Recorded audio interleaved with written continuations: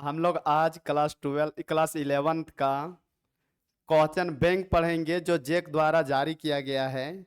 और उसको हम लोग डिटेल से जानेंगे, कॉन्सेप्ट बाय कॉन्सेप्ट के साथ, सॉल्यूशन के साथ।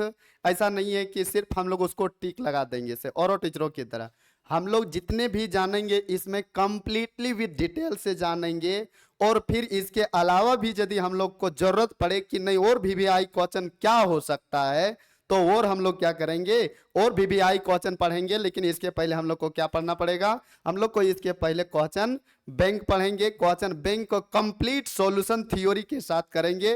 और थ्योरी के करने के बाद जहां भी दिक्कत होगा आप लोग कमेंट कर सकते हैं, तुरंत कमेंट करके बताइएगा जहां दिक्कत होगा वहां, ताकि उसको हम सॉल्यूशन करके आप लोग को आसानी से दे सके। जहां दिक्कत ना हो वहां भी आप लोग कमेंट कर सकते हैं यदि अच्छा लगा वीडियो तब। लेकिन उम्मीद करते हैं वीडियो अच्छा ही लगेगा। आज हम लोग सबसे पहले इसके पहले सिलेबस स्टार्ट कर लेते हैं, सिलेबस देख लेते हैं कि क्या क्या हम लोग को पढ़ना है। सिलेबस के अनुसार फिर क्या करेंगे, हम लोग आगे क्वेश्चन बैंक को पढ़ेंगे और वो भी थ्योरी के साथ, सॉल्यूशन के साथ। बहुत मजा आएगा, बहुत मजेदार चैप्टर है। और वैसे भी सब्जेक्ट केमिस्ट्री जो बहुत इजी है। देखिए आप लोग के सामने सिलेबस आपके पढ़ा हुआ है। चैप्टर आपका पहला है some basic concept of chemistry. Some basic concept of chemistry unit 1 lesson 1। दूसरा लेसन है हम लोग का structure of atom. Structure of atom के बाद हम लोग को पढ़ना है classification of element and periodicity in properties. चौथा चैप्टर, तीसरा चैप्टर पढ़ना है, तीसरा chapter classification of element and periodicity in properties. चौथा chemical bonding and molecular structure. पांचवा पढ़ना है थर्मोडायनेमिक्स। और छठा पढ़ना है इक्विलिब्रियम। सातवां पढ़ना है रेडॉक्स रिएक्शन। आठवां पढ़ना है ऑर्गेनिक। अब ऑर्गेनिक का 2 चैप्टर हम लोग को मात्र पढ़ना है। वो सबसे पहले इसमें पढ़ेंगे some basic of organic chemistry. और उसके बाद 9वां यूनिट है हाइड्रोकार्बन। हाइड्रोकार्बन हम लोग थोड़ा सा डिटेल से जानना पड़ेगा, क्योंकि यहाँ जो क्वेश्चन दिया हुआ है वो बहुत कम दिया हुआ है, इसमें और ज्यादा जानना पड़ता है। उसके पहले आपको जानने के लिए पहले हम लोग को जानना पड़ेगा some basic of organic chemistry. और इसको जानने के बाद ही फिर हम लोग क्या कर सकते हैं, आगे इसको जान सकते हैं। इसके पहले हम लोग को जानना है पहला चैप्टर। और पहला चैप्टर स्टार्ट करने से पहले आप लोग को कहेंगे ये बातें कि आप लोग कॉपी किताब या नोट्स अपना खोल लें और आसानी से क्या करें, मैच करावें। या तो आपके पास यदि ये क्वेश्चन बैंक अवेलेबल होगा आपके अगल बगल में, तो उसको क्या करना है, उसको रखना है साथ में। और एक कॉपी जरूर बगल में रखिएगा और एक पेन। उसको क्या कीजिएगा, जो हम यहाँ सॉल्यूशन कराएंगे उस सॉल्यूशन को तुरंत बगल में क्या करना है, लिख लेना है। और लिखने के बाद देखिए आपको बहुत अच्छा समझ में आएगा। नहीं तो यहाँ जब हम बताएंगे तो आपको भी बहुत अच्छा लगेगा कि हम जानते हैं वो चीजें। तुरंत क्वेश्चन देखिएगा टिक लग जाएगा, लेकिन वही एग्जाम में आ जाएगा नहीं तो ऑप्शन लगने लगेगा बी था कि सी था कि डी था कि एफ था। इसलिए उम्मीद करते हैं कि वो टेंशन ना आवे, वो एक्सेप्शन ना आवे, वो प्रॉब्लम ना आवे। इसलिए साथ में हम लोग को सॉल्यूशन करके ही जानेंगे और साथ में सॉल्यूशन करेंगे। तो आइए देखिए कुछ इसके पहले हम लोग पहला चैप्टर में जानेंगे। सबसे पहले इसमें क्या हम लोग को कुछ बातें, स्पेशल बातें देखिए। पहला चैप्टर आप लोग के सामने है some basic concept of chemistry. Hindi में क्या बोला जाता है, रसायन विज्ञान की कुछ मूलभूत अवधारणाएं। नहीं, आखिर कोई भी चीजें यदि जिंदगी से इस दुनिया में कोई भी चीजें बना है तो उसके लिए कुछ मूलभूत अवधारणाएं हैं, इसीलिए इसको बोला जाता है बेसिक कॉन्सेप्ट। तो आइए चलते हैं, हम सबसे पहले जानेंगे कि मैटर किसे कहते हैं। मैटर क्या होता है, पदार्थ हिंदी में बोला जाता है पदार्थ। पदार्थ क्या होता है, क्या पदार्थ के बारे में आप लोग कहीं नाम सुने, क्लास 9th में सुने थे पदार्थ किसे कहते हैं। पदार्थ कुछ भी हो सकता है, पदार्थ कुछ भी हो सकता है। दुनिया में जो भी चीजें आप देख रहे हो वो टोटल के टोटल क्या है, पदार्थ है। पदार्थ कोई ऐसा चीज नहीं है जिसको हम लोग देख नहीं सकते हैं। जो चीजें आपने देखा वो क्या है, पदार्थ है। लेकिन उसके लिए 2 कंडीशन होनी चाहिए। कंडीशन नंबर 1 कि उसका कुछ वजन होनी चाहिए, वेट होनी चाहिए। और दूसरा कंडीशन, वेट होने के बावजूद भी उसका कुछ आकृति बननी चाहिए, कुछ शेप होना चाहिए, दो कंडीशन यदि ये फॉलो कर रहा है तो उसको हम लोग कह सकते हैं आसानी से मैटर यानी पदार्थ। पदार्थ को यदि हम लोग क्लासिफिकेशन करेंगे तो कई सारे पार्ट में करेंगे, लेकिन खास करके उसको दो पार्टों में हम लोग क्लासिफिकेशन करते हैं जो आप लोग के सामने दिया हुआ है। देखिए, प्योर सबस्टांस और मिक्सचर। क्या है? पहला, प्योर सबस्टांस। कोई सबस्टांस ऐसा होता है जो प्योर से बन मिल करके बना है, कोई सबस्टांस ऐसा है जो मिक्सचर से मिल करके बना है। नहीं, जैसे हम लोग का शरीर ये बना है, तो हम लोग का शरीर कैसे बना है? हम लोग के शरीर बहुत सारे चीजों से मिल करके बना है। क्या क्या प्रेजेंट है? तो कार्बन इसी में प्रेजेंट है, वाटर इसी में प्रेजेंट है, ऑक्सीजन इसी में प्रेजेंट है, हाइड्रोजन इसी में प्रेजेंट है, सोडियम इसी में प्रेजेंट है। बहुत सारे तत्व से मिल करके हम लोग का ये सबस्टांस बना हुआ, हम लोग का ये शरीर बना हुआ है। इसीलिए हम लोग इसको मिक्सचर कहेंगे ना, बल्कि इसको प्योर कहेंगे। प्योर उसको कहेंगे जिसमें किसी भी तरह के पदार्थ या तो अनवांटेड मटेरियल या तो अशुद्धियां प्रेजेंट ना हो, उसे कहेंगे हम लोग प्योर सबस्टांस। तो प्योर सबस्टांस में जितने भी एलिमेंट हैं, जितने भी एलिमेंट आप लोग पीरियोडिक टेबल में देखे होंगे, वो सब के सब क्या है? प्योर है। जितने भी एलिमेंट, एलिमेंट कैसे बनता है? तो एटम के छोटे छोटे पार्टिकल के मिलने से क्या बनता है? एलिमेंट बनता है। छोटे छोटे पार्टिकल के आपस में बहुत सारा छोटा छोटा एटम आपस में मिलता है। जैसे एक एग्जांपल की बात करें तो देखिए आप लोग के सामने,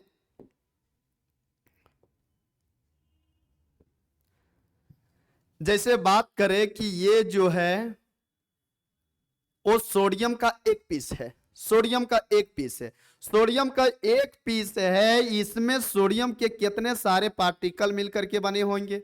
बहुत सारे पार्टिकल से मिलकर के बने होंगे। ये पार्टिकल सब रेगुलर वे में अरेंज रहते हैं। ये पार्टिकल रेगुलर वे मतलब लगातार होनी चाहिए, इधर उधर नहीं होनी चाहिए। ये पार्टिकल जब एक ही तरह के प्रेजेंट होता है तो इसे हम लोग कहते हैं एलिमेंट। इसको हम लोग एलिमेंट कहते हैं।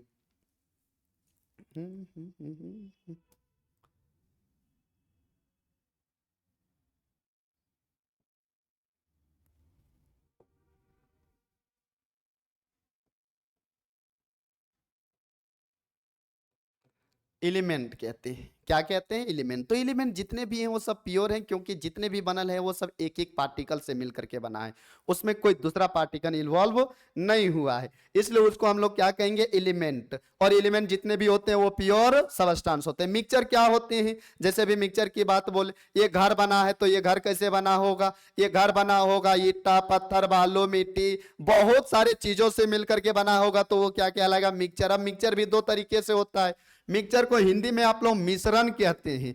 क्या कहते हैं हिंदी में? मिश्रण कहते हैं, मिश्रण। तो मिश्रण भी जनरली दो तरीके के होता था। कितने तरीके का होता था? दो तरीके के। एक होता था समांगी मिश्रण, एक होता था समांगी मिश्रण, और दूसरा होता था विषमांगी मिश्रण। विषमांगी मिश्रण। क्या होता था? विषमांगी मिश्रण।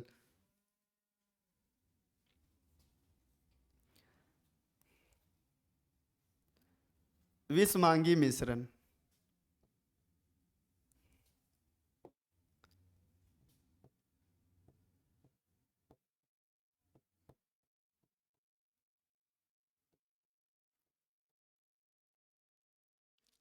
मिश्रण कितने तरीके के होते हैं? दो तरीके के, एक समांगी और दूसरा विषमांगी। हिंदी में बोला जाता है होमोजीनियस। इसको बोला जाता है होमोजीनियस। क्या बोला जाता है? होमोजीनियस बोला जाता है।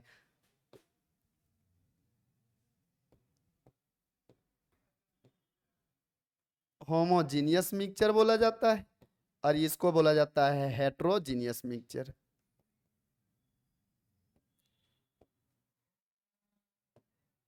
Heterogeneous mixture.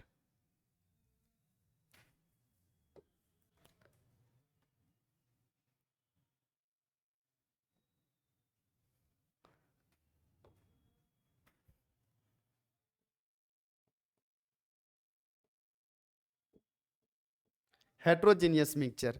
मिक्सचर कितने तरीके के होते हैं? दो तरीके के, एक होमोजीनियस और दूसरा हेट्रोजीनियस। होमोजीनियस किसे कहते हैं? जो एक ही तरह के पार्टिकल से बना हो, जो प्योर हो, कंप्लीटली सोल्यूबल हो, जिसको हम लोग बाद से आसानी से सेपरेट नहीं कर सकते सोल्यूबल होने के बाद, उसे होमोजीनियस कहते हैं। और जिसको हम लोग आसानी से सेपरेट कर सकते हैं, जिसको आसानी से अलग कर सकते हैं एक दूसरे के बीच में घुलने के बावजूद भी, या तो मिक्स होने के बावजूद भी, उसे कहते हैं हेट्रोजीनियस मिक्सचर कहते हैं। उसके बाद यदि हम लोग बात करें तो प्योर सबस्टांस को दो पार्ट में बांटते हैं, एक एलिमेंट और दूसरा कंपाउंड। एलिमेंट क्या होता है? एलिमेंट प्योर एटम से मिल करके बना है, उसे हम लोग कहते हैं एलिमेंट। कंपाउंड किसे कहते हैं? तो जिसमें रेशियो होनी चाहिए, दो या दो से एलिमेंट जब आपस में मिल करके बन रहा हो तो दोनों का रेशियो होनी चाहिए, दोनों का सिंपल रेशियो से यदि मिल करके बन रहा है तो उसे हम लोग क्या कहेंगे? उसे हम लोग कंपाउंड कहेंगे। तो इस तरह से यहाँ प्योर सबस्टेंस समाप्त हो गया। उसके बाद हम लोग पढ़ेंगे मिक्सचर। मिक्सचर कितने तरीके के होते हैं? दो तरीके, होमोजीनियस और दूसरा हेट्रोजीनियस मिक्सचर होते हैं। होमोजीनियस उसको कहेंगे जिसको आसानी से अलग नहीं कर सकते मिक्स होने के बाद, और हेट्रोजीनियस उसको कहेंगे जिसको आसानी से हम लोग क्या कर सकते हैं? कंप्लीटली अलग कर सकते हैं कोई भी मेथड से, जिसे हम लोग क्या कहते हैं? हेट्रोजीनियस कहते हैं। उसके बाद और कुछ बातें दिया हुआ है, उसी को सारी चीजें यहां लिखा हुआ है।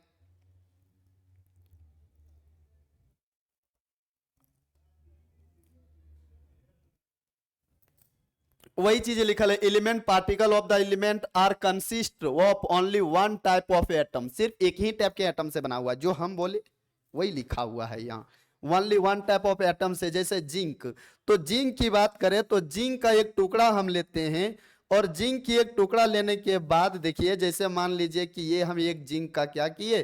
टुकड़ा लिए। जिंक का टुकड़ा जो बना होगा वो सिर्फ के सिर्फ किससे बना होगा? जिंक के ही पार्टिकल होनी चाहिए। या तो मान लीजिए कि इसमें हम हाइड्रोजन का, मान लीजिए कि हाइड्रोजन का एक हम एलिमेंट लिए हैं। हाइड्रोजन एक एलिमेंट बना होगा, वो बहुत सारे एटम से मिलकर के बना होगा, इसीलिए इसको हम लोग एलिमेंट कहते हैं। यानी एक एटम का वह ग्रुप जो एक बहुत बड़े आकार में बना ले, उसे क्या कहते हैं हम लोग? एलिमेंट कहते हैं। कंपाउंड क्या कहते हैं? जब दो या दो से अधिक एलिमेंट आपस में मिलता हो। नहीं, दो या दो से अधिक एलिमेंट आपस में मिलता हो, और मिलने का उसमें एक कंडीशन होनी चाहिए कि सिंपल होल नंबर रेशियो होनी चाहिए। जैसे सिंपल होल नंबर रेशियो क्या है? तो हम बात करते हैं वाटर, तो H2O, H2O क्या है?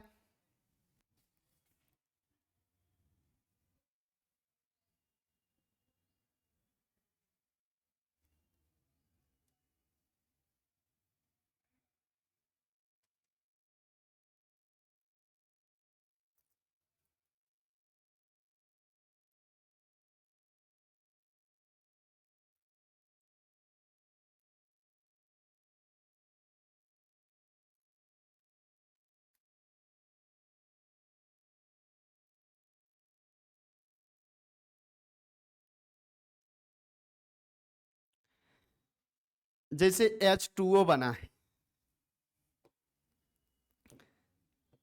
H2O बना है। H2O कैसे बना है? तो हाइड्रोजन एटॉमिक मास याद है नहीं? वन, हाइड्रोजन का एटॉमिक मास वन होता है, कितना पीस? दो पीस। सिंपल रेशियो, रेशियो का साइन दे दिए। एक ऑक्सीजन का एटॉमिक मास कितना होता है? 16 होता है। अब इसका सिंपल रेशियो निकालेंगे, 2:16। सिंपल रेशियो निकालेंगे तो 1:8। मतलब इसका मतलब आप क्या समझे? 1:8 का मतलब आप क्या समझे? इसका मतलब है कि जहां से भी आप वाटर निकाल ले, जहां से भी आप वाटर निकाल ले, या तो ये वाटर आप कुआं से निकाल लीजिए, ये वाटर आप निकाल लीजिए जमन से निकाल लीजिए, या तो समुद्र से निकाल लीजिए, या तो भारत से निकाल लीजिए, या तो चाइना से निकाल लीजिए, लेकिन पाकिस्तान से नहीं निकालिएगा। पाकिस्तान का वाटर हो सकता है कुछ दूसरा, इसलिए उससे ना निकालिएगा। कहीं भी वाटर आप निकाल रहे हैं तो वो वाटर जो बना होगा वो दो एलिमेंट से बना होगा, और उसमें सिंपल रेशियो यानी हाइड्रोजन का 1 और ऑक्सीजन का 8 ग्राम पार्टिसिपेट किया होगा, तब मिलकर के क्या बना होगा, वाटर बना होगा। तो हमेशा ये बातें याद रखना है कि ऑक्सीजन जब तक सिंपल रेशियो नहीं मिलेगा तब तक कोई भी कंपाउंड का फॉर्मेशन नहीं होगा। जैसे कार्बन डाइऑक्साइड की बात करते हैं, तो कार्बन डाइऑक्साइड, कार्बन का कितना एटॉमिक मास 12 होता है, रेशियो एक ऑक्सीजन का 16 है, कितना पीस 2, बताइए 12 रेशियो क्या मिल गया हमको, 32। इसको सिंपल डिवाइड करेंगे तो 4 3 जा 8, और इसको डिवाइड करेंगे तो कितना होगा, 8 3 24,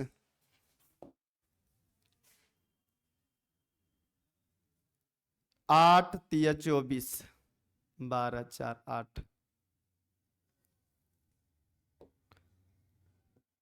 4 3 12, 8 3 24, 8 चौक 32, 12 3 36।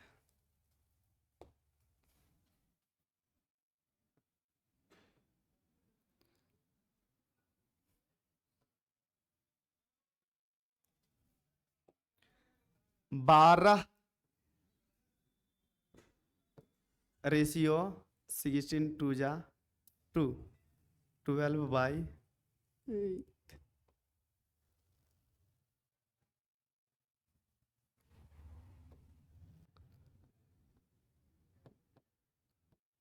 30, 16 दूना 32। इसको सिंपल होल रेशियो निकालेंगे।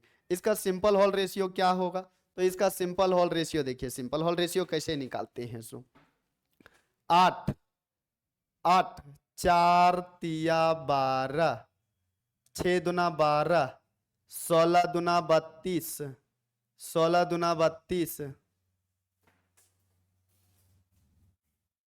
16 दूना 32, 6 दूना 12, 16 दूना 32, 3 दूना 6 और 8 दूना 16, यानी सिंपल होल रेशियो निकल गया 3:8, 3:8 निकल गया। यानी कार्बन डाइऑक्साइड या तो कोयला जलाने से, या तो लकड़ी जलाने से, या तो कुछ भी जलाने से यदि कार्बन डाइऑक्साइड रिलीज हो रहा हो, तो उसमें जो कार्बन डाइऑक्साइड कंपाउंड जो बना होगा वो कार्बन का मास 3 और ऑक्सीजन का मास 8 लगा होगा, तब जाकर के वो कार्बन डाइऑक्साइड बना होगा। दुनिया के कोई भी कार्बन डाइऑक्साइड कहीं भी बन रहा होगा, कोई भी बना रहा होगा, तो उसमें कार्बन कितना पार्टिसिपेट करनी चाहिए, 3, और ऑक्सीजन कितना, 8। यदि ये दोनों आपस में समान रेशियो में मिक्स होता है तभी कंपाउंड का फॉर्मेशन होता है, उसे क्या कहते हैं, कंपाउंड कहते हैं। मिक्सचर क्या होता है, तो मिक्सचर जिसमें 2 या 2 से अधिक सबस्टांस को हम लोग मिलाते हैं उसे क्या कहते हैं, मिक्सचर कहते हैं। मिक्सचर कितने तरीके के होंगे, 2 तरीके के, होमोजेनियस और दूसरा हेट्रोजीनियस। होमोजीनियस किसे कहते हैं, जिसमें कंप्लीटली मिसिबल हो जाए, सोलुबल हो जाए, मिक्स हो जाए, और मिक्स होने के बाद फिर से उसको आसानी से सेपरेट नहीं कर सकते हैं।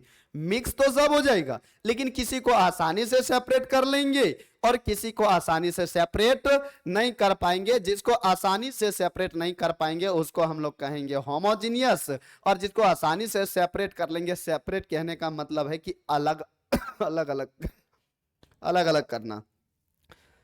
तो जिसको अलग अलग आसानी से कर लेंगे हेट्रोजीनियस, और जिसको आसानी से न कन्वर्ट कर पाएंगे उसको होमोजीनियस। जैसे और बहुत सारी बातें दिया हुआ है यहाँ।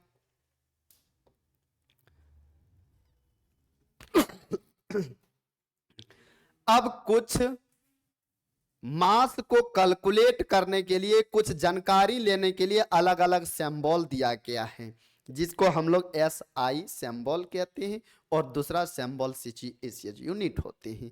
नहीं, अलग अलग सबस्टांस को मेजर करने के लिए, अलग अलग सबस्टांस को मेजर करने के लिए हम लोग क्या करते हैं, यहां हम लोग कुछ यूनिट लेते हैं। जैसे बात करें कि वाटर है, वाटर, तो लोग वाटर को लीटर में मापता, क्या था, 2 litre, 3 litre, 4 litre, 5 litre, 6 litre, 7 litre. यदि उसको हम लोग कहें कि नहीं 5 kg दीजिए, 6 kg दीजिए, 10 kg दीजिए। अच्छा, बहुत लोग अशुद्ध भी बोलते हैं। क्या अशुद्ध बोलते हैं, क्या दूध जब लेने गए तो दूध को क्या बोलेंगे कि हमको 2 kg दूध दीजिए, आधा केजी दूध दीजिए। अरे लिक्विड सबस्टांस है, लिक्विड सबस्टांस को केजी में नहीं मापते हम लोग, उसके लिए यूनिट दिया गया है, SI unit, international system unit, जो आयुपेक देता है, और वो यूनिट उसका लीटर में हम लोग मापते हैं। लेकिन आम भाषा में कुछ बोलने के लिए गलत सही यूज कर लेते हैं, जो कोई फर्क नहीं पड़ता है। लेकिन उसका सही यूनिट यदि देखा जाए तो वो लिक्विड सबस्टांस, और लिक्विड को हम लोग किस में मापते हैं? लीटर में मापते हैं। अच्छा, मास है, जैसे हम लोग बात करें कि आलू लेने जाएं और आलू को कहें कि हमको 20 पीस आलू दीजिए, क्या वो 20 पीस आलू देगा? नहीं, उसको वजन में मापा जाता है। चावल लेने जाए तो चावल कहिएगा हमको 400 पीस चावल दीजिए, क्या 4 पीस वो 400 पीस चावल देगा हम लोग को? नहीं, हम लोग को क्या देगा? उसको वजन से माप के देगा। तो अलग अलग सबस्टांस का कुछ मेजरेबल होते हैं, जिसको हम लोग यूनिट कहते हैं, और सबका यूनिट यहां दिया हुआ है। सॉलिड सबस्टांस को हम लोग केजी में मापते हैं, लिक्विड सबस्टांस को हम लोग लीटर में मापते हैं। मान लीजिए कोई दौड़ रहा है, तो उसको क्या कहेंगे? उसको हम लोग मीटर में मापेंगे। ऐसा बात थोड़ी है कि उसको केजी में मापेंगे। 5 केजी हम आज दौड़े हैं, सो या तो हम 2 लीटर आज दौड़े हैं, ऐसा बोलेंगे क्या? नहीं, उसको किस में मापेंगे? मीटर में मापेंगे। इस तरह की बहुत सारी यूनिट दिया हुआ है, जिसमें 7 फंडामेंटल, ये दुनिया को 7 फंडामेंटल यूनिट में बांट दिया गया है। इस पूरे वर्ल्ड को 7 यूनिट दिया गया है एसआई के थ्रू, यानी आयुपेक के थ्रू। आयुपेक का फुल फॉर्म क्या होता है? तो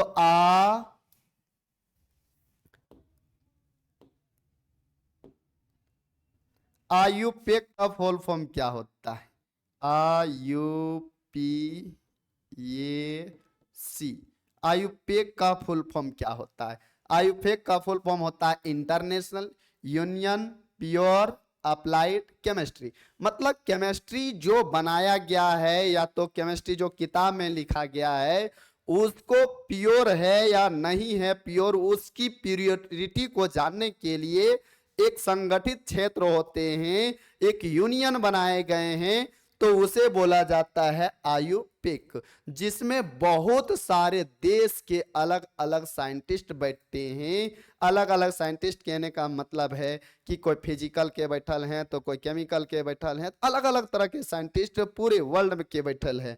तो जिसे हम लोग उस संगठन को, या तो उस यूनिटी को हम लोग क्या कहते हैं? आयुपेक कहते हैं। आयुपेक के द्वारा दुनिया के सारी सबस्टांस को कितने पार्ट में बांट दिया गया है? 7 पार्ट में बांट दिया गया है। कौन कौन है वो? तो वो है, पहला आपका देखिए लेंथ, दूसरा है मास, तीसरा है टाइम, चौथा electricity, temperature, amount of substance, luminous intensity. तो ये 7 भागों में बांट दिया गया है, और 7 ही भागों में हम लोग क्या करते हैं? सारी दुनिया के चीज को माप लेते हैं। आप कुछ आम भाषा में बोलने में कुछ गड़बड़ाता है तो उससे कोई फर्क नहीं पड़ता। अच्छा, इसमें इंपॉर्टेंट क्या है? तो इंपॉर्टेंट ये इंपॉर्टेंट नहीं है, इसके अंदर में और कुछ पार्ट हैं, उसको हम लोग क्या करते हैं? उसका सिंबल क्या होता है? जैसे मान लीजिए कि 1 केजी, अब 1 केजी हम सोना लेने गए हैं यदि, तो उसको क्या कहेंगे कि 1 केजी सोना का दाम कितना है? क्या उसको हम लोग पूछेंगे? नहीं, उसको हम लोग क्या पूछेंगे? 1 ग्राम का, 1 ग्राम का दाम कितना है, तब वो जवाब देगा। और नहीं तो 1 केजी दाम पूछिएगा तो वो हम लोग को पागल समझ लेगा, कहेगा ये पागल है। इसीलिए हम लोग 1 केजी का दाम ना पूछ करके वहां क्या पूछते हैं? 1 ग्राम। बोल सर ग्राम क्या है? सर ग्राम कहां से आया? आपने बोले दुनिया के 7 पार्ट में बांटे हैं। कौन कौन? तो केजी मतलब सॉलिड सबस्टांस को केजी में मापते हैं, और उसी सॉलिड सबस्टांस को आप किस में माप दे रहे हैं? ग्राम में। तो देखिए, एक यूनिट बनाया गया, उसके बाद फिर छोटा छोटा पीढ़ी दर पीढ़ी बनाया गया है, और सबसे अंतिम छोर जो बनाया गया है वो केजी का क्या बनाया गया है? ग्राम बनाया गया है। इसके बाद और कुछ यूनिट नहीं होता है, लेकिन हम लोग जोड़ घटाव कुछ कर लेते हैं, और उसको माइक्रोग्राम, मिनी ग्राम, डेकाग्राम में छोटे छोटे और यूनिटों में कन्वर्ट कर देते हैं। लेकिन सबसे छोटा यूनिट कौन होता है? 1 ग्राम होता है। तो कुछ सबस्टांस ऐसे हैं जिसको हम लोग केजी में ना माप करके उसको किस में मापते हैं? ग्राम में मापते हैं। जैसे अभी सोना की बात की है, तो 7 फंडामेंटल यूनिट दिए गए हैं आयुपेक के थ्रू, जो हम लोग पढ़ लिए। आयुपेक में ये इंपॉर्टेंट नहीं है, हम लोग को इंपॉर्टेंट क्या है, हम लोग को इंपॉर्टेंट है इसके अंदर वाला छोटी छोटी बातें। और इसके अंदर में छोटी छोटी बातें क्या है वो देखिए आप लोग के सामने है।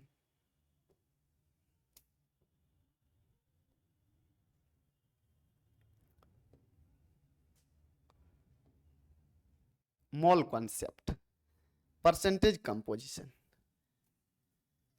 मोल कॉन्सेप्ट सबसे पहली बातें आया है, और मोल कॉन्सेप्ट में हम लोग क्या करेंगे, एवोगाद्रोज नंबर के बारे में पढ़ेंगे। एवोगाद्रोज नंबर क्या होता है, एवोगाद्रोज नंबर क्या होता है। एवोगाद्रोज नंबर एक एवोगाद्रोज साइंटिस्ट है, उसी ने क्या किया है, अभी हम बोल रहे थे आप लोग को कि एक एलिमेंट जो बना है वो एक एलिमेंट कैसे मिलकर के बना है, एक एलिमेंट जो बना है वो बहुत सारे पार्टिकल के मिलकर के बना है। तो आखिर वो उसमें कितने पार्टिकल होंगे, कुछ तो पार्टिकल होंगे कि नहीं।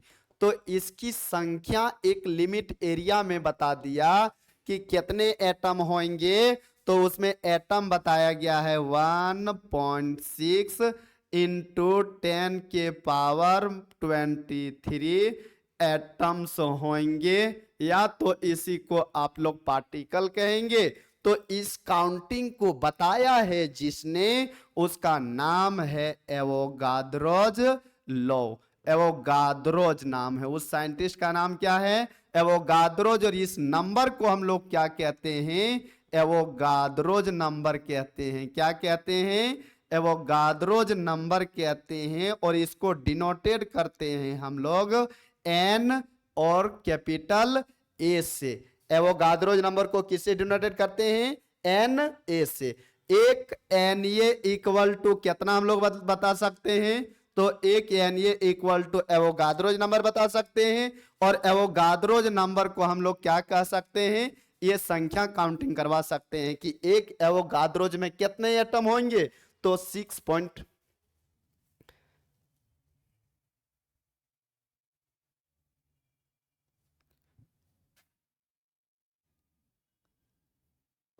6.02 इंटू 10 के पावर 23 एटम्स होंगे। और इसकी संख्या को हम लोग क्या कहेंगे, एवोगाद्रोज नंबर। किससे डिनोटेड करेंगे, एन ए से डिनोटेड करेंगे। तो आसानी से हम लोग ये जानकारी ले लिए। इसका मतलब है कि एक एटम, एक एलिमेंट में इतने एटम एटम प्रेजेंट होंगे, और इतने सारे एटम प्रेजेंट होंगे तो उसी को हम लोग क्या कहेंगे, एवोगाद्रोज नंबर। और एवोगाद्रोज नंबर को किससे डिनोटेड करते हैं, एन ए से डिनोटेड करते हैं। Capital N, small capital A, small A नहीं देना है, capital N capital A. N क्या बताता है, नंबर, ये क्या बताता है, एवोगाद्रोज। एक एवोगाद्रोज इक्वल टू कितना एटम हो सकता है, तो 6.02 इंटू 10 के पावर 23 एटम्स हो सकते हैं। तो उसको भी क्या करना है, जानकारी रखना है। तो एक एवोगाद्रोज, इसने ये संख्या दिया है किसने, एवोगाद्रोज ने दिया है, इसलिए हम लोग इसको क्या कहते हैं, एवोगाद्रोज नंबर कहते हैं। अब थोड़ा सा बात करें आगे मोल कॉन्सेप्ट में।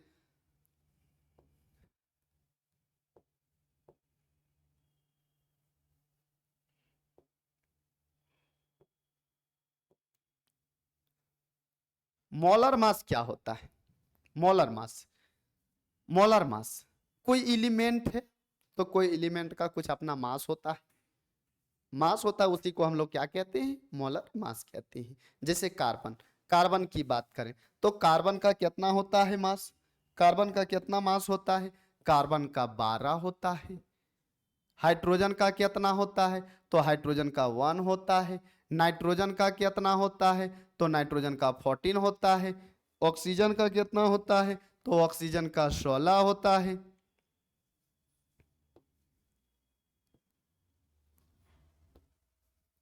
नाइट्रोजन का कितना होता है, 14 होता है। ऑक्सीजन का कितना होता है, 16 होता है। सोडियम का कितना होता है, सोडियम का 23 होता है।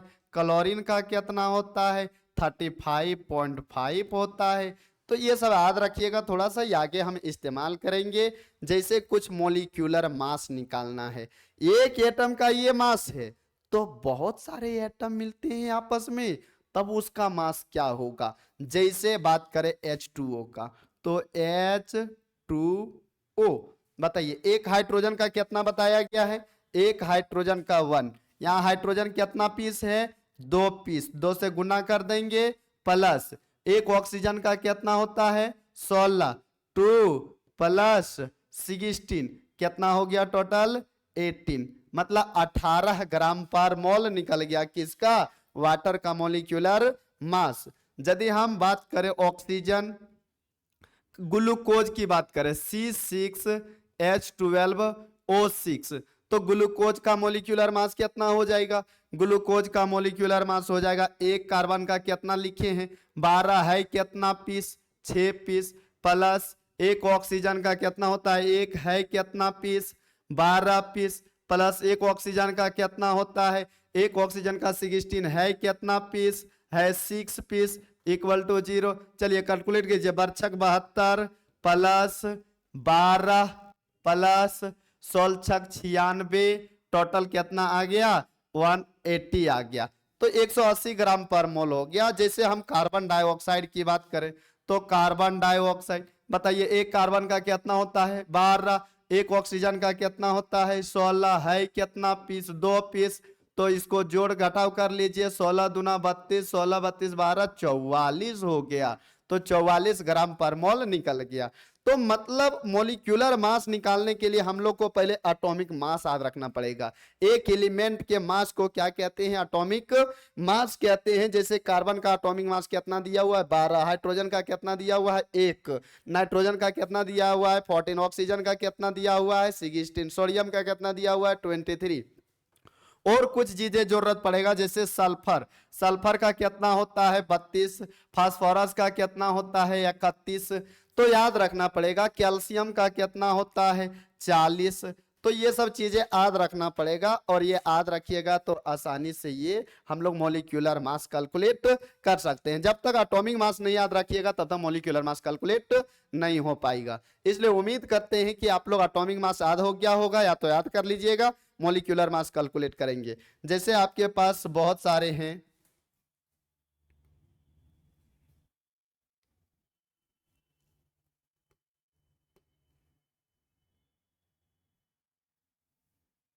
जैसे बात करें हम यहाँ आप लोग को देते, आप लोग कैलकुलेट कीजिएगा, कार्बन डाइऑक्साइड,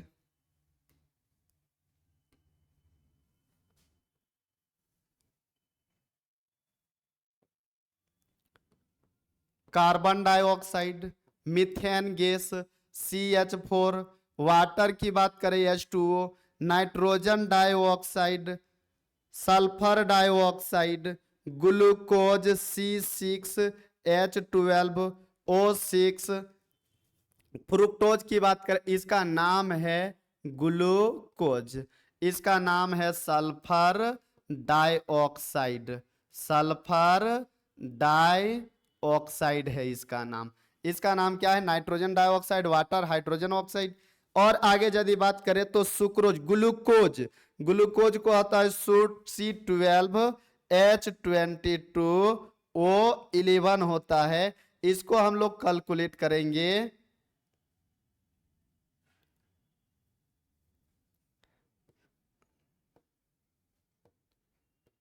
C12H22O11, इसका नाम है ग्लूकोज।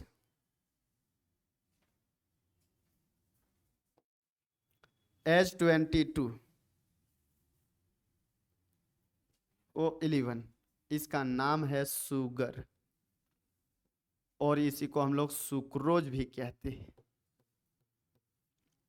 मोलिक्यूलर मास निकालेंगे, तो मोलिक्यूलर मास निकालने के लिए आप लोग को पता है कि कार्बन का कितना होता है एटॉमिक मास 12 होता है, ऑक्सीजन का कितना होता है, ऑक्सीजन का 16 होता है, हाइड्रोजन का कितना होता है 1 होता है, नाइट्रोजन का कितना होता है 14 होता है, सल्फर का कितना होता है 32 होता है, फास्फोरस का कितना होता है 31 होता है, सोडियम का कितना होता है 23 होता है, क्लोरीन का कितना होता है 35.5 होता है। ये सब एलिमेंट को याद रखना है जो रेगुलर वे में इस्तेमाल होंगे। जैसे यहाँ कार्बन डाइऑक्साइड का निकालना है हमको मॉलिक्यूलर मास, तो मॉलिक्यूलर मास कैसे निकालेंगे? एक कार्बन का मास कितना होता है? 12 प्लस एक ऑक्सीजन का 16 है कितना पीस? 2 पीस। टोटल कैलकुलेट कीजिए इसको, 12 प्लस 16 दूना 32, टोटल मिल गया हम लोग को 44। तो इसका मॉलिक्यूलर मास कितना निकल गया? 44 निकल गया। मीथेन का निकालेंगे तो एक कार्बन का मास कितना होता है? 12 होता है, प्लस एक हाइड्रोजन का कितना होता है? एक है कितना पीस? 4 पीस। टोटल कैलकुलेट कीजिए, 12 प्लस 12